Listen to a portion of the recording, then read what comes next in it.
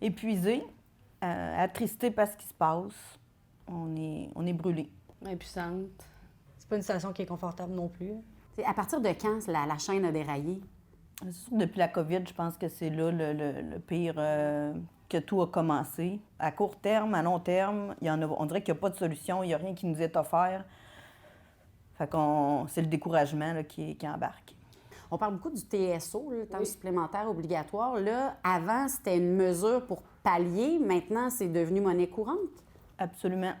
Tous les jours. Comment vous faites pour passer à travers vos semaines? Si on peut le dire de même, on survit. Oui, c'est ça. Puis on se sent mal de ne pas rentrer le lendemain parce qu'on sait qu'on va nuire à l'équipe de nuit qui va devoir rester parce que nous, on n'était plus aptes à rester. Fait qu'on le fait un peu par soutien d'équipe. En fait, finalement, on le fait pour nos patients puis pour nos collègues de travail, mais... Parce qu'il y a une culpabilité. Absolument. On a la vie d'être humain entre les mains. Fait qu'en faisant un 16 heures, bien, c'est sûr que c'est plus à risque de faire des erreurs. Ouais. Notre mental est moins là, on est fatigué. Puis on veut pas faire vivre ça aux familles non plus, cette inquiétude-là. Mais on n'est pas des robots non plus. Là. On ne sait pas les solutions, mais ce que nous, on pense, c'est de faire un bris de service.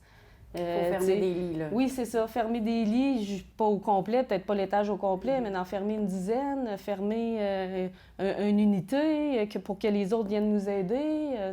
C'est la seule solution qu'on voit, mais on sait que ça nuit quand même à la population, dans le sens que les autres ils ont besoin d'être opérés, puis ça les attendent depuis longtemps. Écoute, on ne peut plus tenir, on est à bout de souffle, on n'est plus capable de tenir le fort. Là. Il faut qu'il se passe quelque chose, parce que si on est toutes malades, bien, l'hôpital au complet va fermer.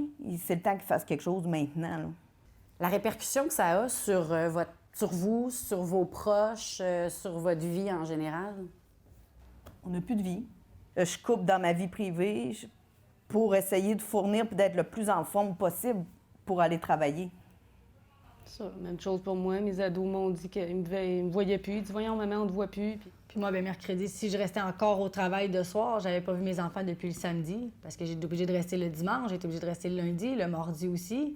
Mais si je restais encore le mercredi, j'avais pas vu mes enfants. Et c'était encore ton tour mercredi. Puis c'était encore mon tour le mercredi. C'est que moi, j'ai dit non, je peux pas rester, je suis pas apte à rester. Puis mon conjoint me dit que les enfants pleurent le soir parce qu'ils m'ont pas vu, ils veulent voir maman. Ce que vous vivez aujourd'hui, est-ce qu'il y a comme des regrets d'avoir finalement donné tout ça pour ça? Non. Non, pas de regrets. Là. J'adore mon métier. Puis, c'est le plus beau métier du monde. C'est les conditions. T'sais, oui, là, je suis en arrêt de travail pour épuisement, mais j'ai pas démissionné puis je veux pas m'en aller. Là. Je veux revenir. Là. On a beaucoup parlé de votre réalité cette semaine.